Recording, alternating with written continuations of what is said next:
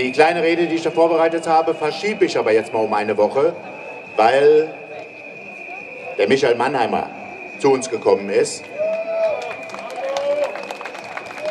Und Michael hat ja wirklich viel Gutes zu verkünden. Und da wollen wir ihn auch nicht in seiner Redezeit beschneiden. Das soll er mal schön ausnutzen heute. Wir haben also einen langen Vortrag von Michael Mannheimer heute hier.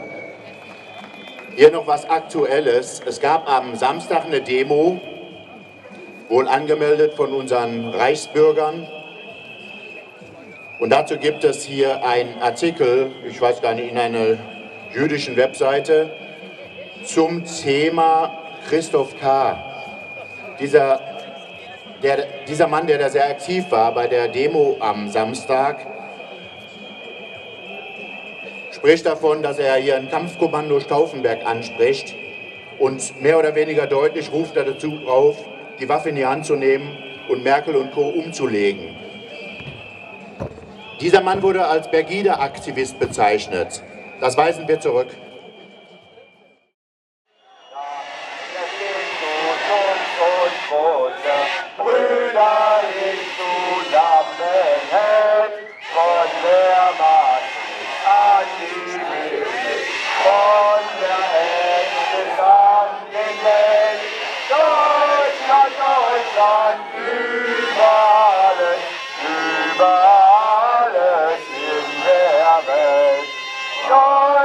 Deutschland,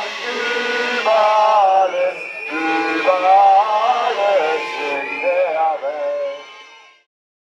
Also wir wollen niemanden umlegen, auch Frau Merkel nicht. Und wir rufen auch nicht irgendwelche Kampfkommandos zu irgendwas auf. Unter anderem wird in dem Artikel auch geschrieben, regelmäßig würde an Brandenburger Tor dazu aufgerufen, hängt die Merkel ans Brandenburger Tor. Haben wir das schon mal gehört hier? Die Merkel ans Brandenburger Tor, Brandenburger Tor. Hey, die Merkel ans Brandenburger Tor, Brandenburger Tor, Brandenburger Tor.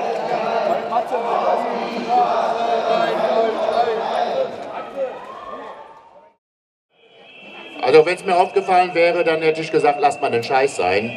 Ja, weil das haben wir nicht nötig. Wir haben es nicht nötig, mit derartigen Gewaltexzessen das zu machen.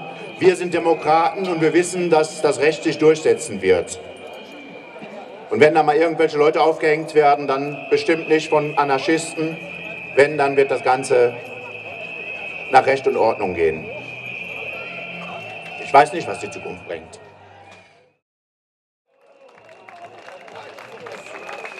Liebe Freunde, wir leben in der schwersten Zeit der deutschen Geschichte.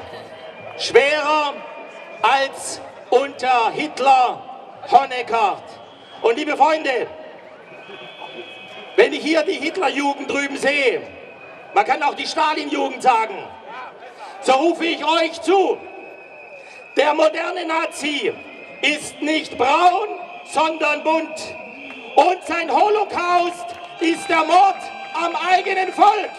Hier haben wir die Faschisten Deutschlands. Liebe Freunde, eine der großen Geschichtslügen ist zu sagen, dass die Nazis rechts waren. Wenn Hitler links war, dann können wir Rechten keine Nazis sein. Eine große Lüge unserer Lügenwege. Das deutsche Volk hat alles überstanden.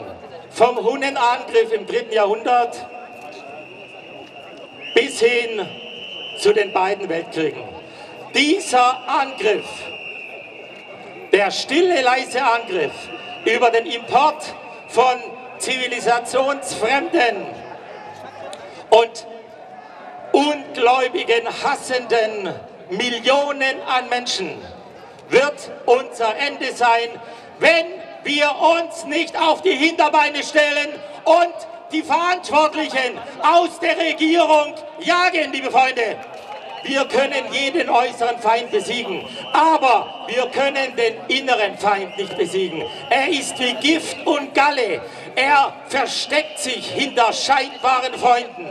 Und der innere Feind ist der tödlichste Feind einer Gesellschaft. Liebe Freunde, der Feind sind nicht die Moslems, die sind die Sekundärinfektion. Die wurden hier eingeladen vom Hauptfeind. Der Hauptfeind ist der Sozialismus, die SPD, die Linkspartei, die Grünen und mittlerweile sämtliche anderen Parteien mit Ausnahme der AfD. Er hatte bis jetzt kein Gesicht. Liebe Freunde, ich nenne euch das Gesicht. Es sind alle Parteien in Deutschland. Es sind die Gewerkschaften. Die Gewerkschaften sind noch schlimmer als die Parteien. Ich sage euch warum. In den Gewerkschaften werden diese Hitlerjugend hochgezüchtet und bezahlt mit Kampfgeldern von 25, 50, manchmal 100 Euro. Wer einen Stein wirft, ich habe interne Berichte, wer einen Stein wirft, bekommt sogar Wurfgeld. Ja? Es sind weiterhin die Medien, die zu 90% in der Hand von Linken sind. Überall dort, die Linken sind schlau, liebe Freunde, überall dort, wo Meinungen gebildet werden, haben sich Linke eingenistet und alle anderen Meinungen verdrängt. Die Massenimmigration ist das Mittel zur Abschaffung der Europäer und auch von uns. Zu dieser Massenimmigration wird jeder, der die Abschaffung kritisiert, als Nazi bezeichnet. Mittlerweile geht es mir wirklich am Arsch vorbei, denn liebe Leute, ich sage euch eins, wir sind, brauche ich gar nicht überreden, nicht nur keine Nazis. Wir sind die Widerstandskämpfer und die Dissidenten einer Merkelschen Unterdrückerrepublik. Liebe Freunde, ich habe vor 1,5 Jahren als allererster Islamkritiker, und ich wurde da damals sogar von Kollegen sehr gescholten, die Merkel-Regierung des geplanten Völkermords an uns Deutschen bezichtigt. Wenn man das aus Sicht der Deutschen sieht, aus der Sicht, ob wir als Deutsche überleben oder nicht, so wollte Hitler nicht den Tod der Deutschen. Aber Merkel will unseren Tod. Aus dieser Sicht ist sie der schlimmste Politiker in der gesamten Geschichte Deutschlands.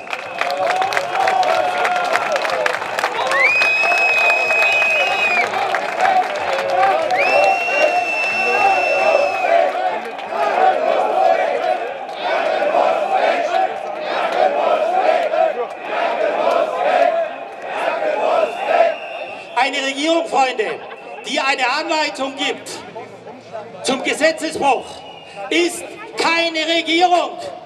Und eine Regierung, die Anleitung gibt zum Gesetzesbruch, kann von dem Volk keine Gesetzestreue mehr verlangen. Ich erkläre den Widerstandsparagraphen ab Artikel 20.4 für gegeben. Lehnt euch auf gegen eure Unterdrücker.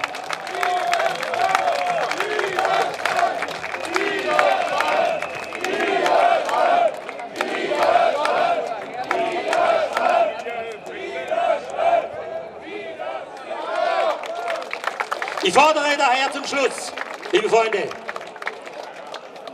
die Absetzung des Bundespräsidenten und der Bundeskanzlerin wegen fortgesetzter, schwerster Rechtsverstöße.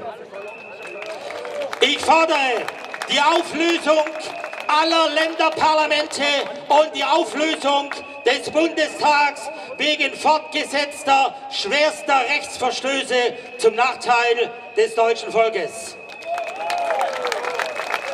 Ich fordere eine 2-jährige Notstandsregierung unter dem Diktat des Souveräns des Volkes. Ich fordere, dass in diesen 2 Jahren die Verbrecher, die in die Hunderttausende gehen, in einem Nürnberg 2.0 Prozess vorgeführt und abgeurteilt werden. Ich fordere die lebenslangen Entzug der Persönlichkeitsrechte all jener Verbrecher, Trittin, Fischer, Merkel, die Entzug der Persönlichkeitsrechte, und zwar des aktiven und passiven Wahlrechts und des Publikationsrechts. Und ich fordere, liebe Freunde, nach dieser 2-jährigen Volksdiktatur, in der die Medien in unseren Händen sind und das Volk aufgeklärt wird, Neuwahlen. Und dann haben wir das Problem Sozialismus und Islam erledigt. Liebe Freunde, ich danke euch. Es lebe das freie, es lebe das demokratische Deutschland.